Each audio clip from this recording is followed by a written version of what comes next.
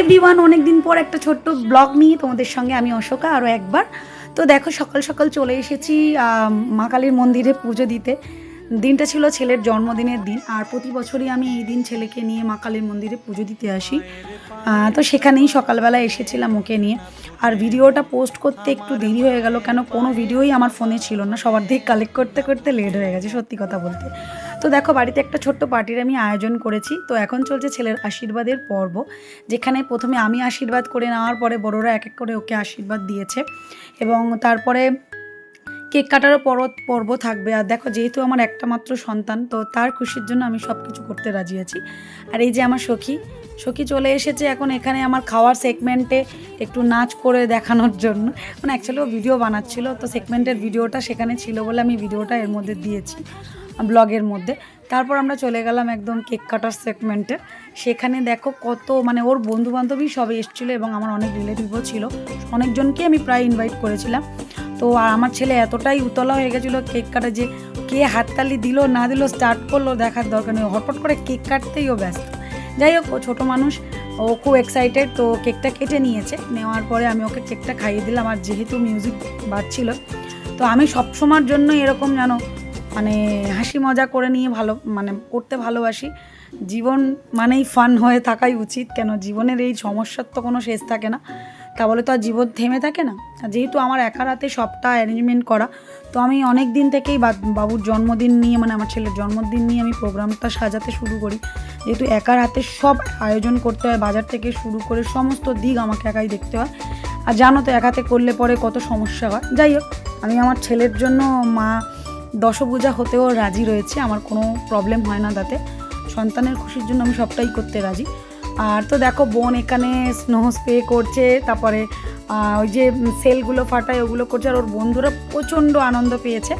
আর সত্যি কথা বলতে, আমার হাতে ফোনই ছিল না এতদিন। আমি ভিডিওগুলো সব এক এক করে অব্দি ফোন করে করে কালেক্ট করলাম, তারপর ভিডিওটা আমি এডিট করতে পারলাম, তাই ছাড়তে একটু কেন অনেকটাই লেট হয়ে গেছে।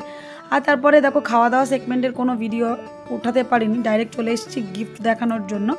কেন আমার হাতে ফোন ছিল না, অনেককেই বলে রেখেছিলাম বন্ধুদের যে প্লিজ একটু করিস, তো কেউ কারোর কাছে ওই সেগমেন্টের ভিডিওটা করা নেই। আর এখানে আমার বান্ধবী রাতে স্টে করেছিল আমার বাড়িতে, তো আমরা তিনজনে মিলে গিফটগুলো খুলছিলাম। আর ছেলের কথা ছিল যে ও গিফটগুলো আনপ্যাক করবে আর আমরা দুজনে সেগুলোকে গোছাবো। তো যাই হোক, চলো, আমি বিরিয়ানি করেছিলাম, বিরিয়ানির হাঁডি বলেছিলাম জন্মদিনে ছেলের জন্য, তার মধ্যে পায়েস মিষ্টি তো ছিলই, ওগুলো আলাদাভাবে। আর সকলে খেয়েও খুব নাম করে গেছে, কেন বিরিয়ানিটা সত্যি যে দাদার থেকে নিয়েছিলাম খুব খুব ভালো করেছিল, সুন্দর একটা করেছিল। আর অনেকে সন্ধ্যাবেলাও এসেছিলো, সো সেক্ষেত্রে আমার তাদের জন্য অ্যারেঞ্জমেন্ট আলাদাভাবে করা ছিল। আর জন্মদিনে কী কী গিফট পেয়েছে দেখো, জন্মদিন ছেলের হয়, এই যে দেখতে পাচ্ছ, আমারও কিন্তু অনেক কিছু বেনিফিট থাকে। বেনিফিট এটাই আমার যে আমি অনেক কিছু ঘরোয়া জিনিস পেয়ে যাই, যেটা আমার কাজে লেগেছে। যাই হোক, দেখো এই এক ব্যাগ জামা কাপড় পেয়েছি। এই যে এটা দেখছো, এই বান্ধবী আমার ছেলেকে জন্মদিনের আগে যখন আমি ইনভাইট করি, আমার ছেলের সঙ্গে ও কথা টথা বলে ভিডিও কল করে, তো ওকে জিজ্ঞাসা করছিল বাবু তুমি কি নেবে, তো বাবু বলে দিয়েছিল আন্টিকে ওর কী কী প্রয়োজন, তো সেগুলোই আন্টি ওর জন্য এনেছে। আমার আরেক বান্ধবী এসেছিলো, সেও ওর বাবুর প্রয়োজন মতনই জিনিস এনেছিল, মানে আমার ছেলে যেগুলো আবদার করেছিল ওদের কাছে সেগুলোই এনেছিল ওরা সবই দুজনে মিলে। তো আর আমরা এখন এখানে করছি গিফট, মানে আনপ্যাক দেখছিলাম কে কী দিয়েছে।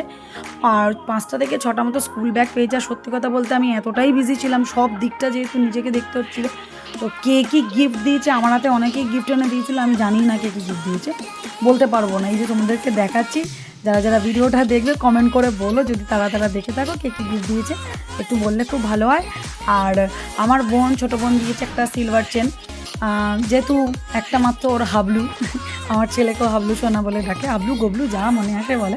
যাই হোক, ও খুব ওর আদরের, তো সেক্ষেত্রে বোন ওটা একটা সিলভার চেন দিয়েছে। অনেকে টিফিন বক্স দিয়েছে, ওর প্রয়োজনীয় জিনিস অনেক দিয়েছে, অনেকে দিয়েছে জামা কাপড় যেগুলো অনেক বড় বড়, মানে আমিও পরে নিতে পারবো এরকম একটা ব্যাপার। যেহেতু আমার ছেলের ফিগারটা একটু ভারী মতো, তো লোকে আন্দাজ করে উঠতে পারে না। যাই হোক, যে যা দিয়েছে অসংখ্য ধন্যবাদ সকলকে, আর সকলকে আসার জন্য অসংখ্য ধন্যবাদ, যে আমার ছেলেকে এসে তোমরা সকলে মিলে আশীর্বাদ দিয়েছো। আমি এটাতেই খুব খুশি, গিফট দেওয়াটা বড় কথা নয়, এই যে এসে যে আনন্দ, আমার ছেলে যে আনন্দটা পায় না, সত্যি কথা, ও লোকজন খুবই ভালোবাসে আমার মতো, হইচই করতে খুব ভালোবাসে। তো আমার ছেলের আনন্দটাই আমার কাছে সবথেকে বড় প্রায়োরিটি। আর মোরাললেস সব শান্তিপূর্ণভাবে আমার হয়ে গেছে, কোনো প্রবলেমই হয়নি। যেহেতু একা রাতে করে তো অনেক টেনশানে আমি ভুগতে থাকি। ওর টিচাররাও এসে বলেছিল যে খুবই ভালোভাবে অ্যারেঞ্জমেন্ট করেছো তুমি একা, অশোকা। তো যাই হোক, চলো সকলের ব্লেসিং নিয়ে আমার সন্তান যেন এইভাবে আস্তে আস্তে বড় হয়ে উঠতে পারে। আর আমি যতটা পারবো ততটা ওকে খুশি রাখার চেষ্টা করবো সব সময়। আর ওর অনেক প্রয়োজনীয় জিনিসও ওই বার্থডেতেও পেয়ে গেছিলো, তো সেগুলো রেখে দিয়েছে। আর এত পরিমাণে গিফট পেয়েছে যে আমার বাড়িতে রাখার জায়গা নেই। আর অনেক পরিমাণে খেলার সেট পেয়েছে, সুন্দর সুন্দর সেট পেয়েছে, ক্যারাম সেট পেয়েছে, অনেক চকলেট পেয়েছে, অনেক গিফট পেয়েছে। তারপরে ঘরোয়া জিনিস আমি অনেক কিছু পেয়েছি যেগুলো আমার ইউজে লেগে যাবে। তো আমি আপাতত গিফটগুলো সব রেখেছি। অনেকগুলো সেট বেরও করে নিয়েছে খেলার জন্য দিনে। আর একা রাতে করেছি তো যদি কোনো ভুল ত্রুটি হয়ে থাকে একটুখানি তোমরা মানিয়ে গুছিয়ে নিও। তো ভিডিওটা কেমন লাগলো সকলে অবশ্যই কমেন্ট করে বলো। চলো টাটা, বাই, সকলে খুব ভালো থাকো, নমস্কার।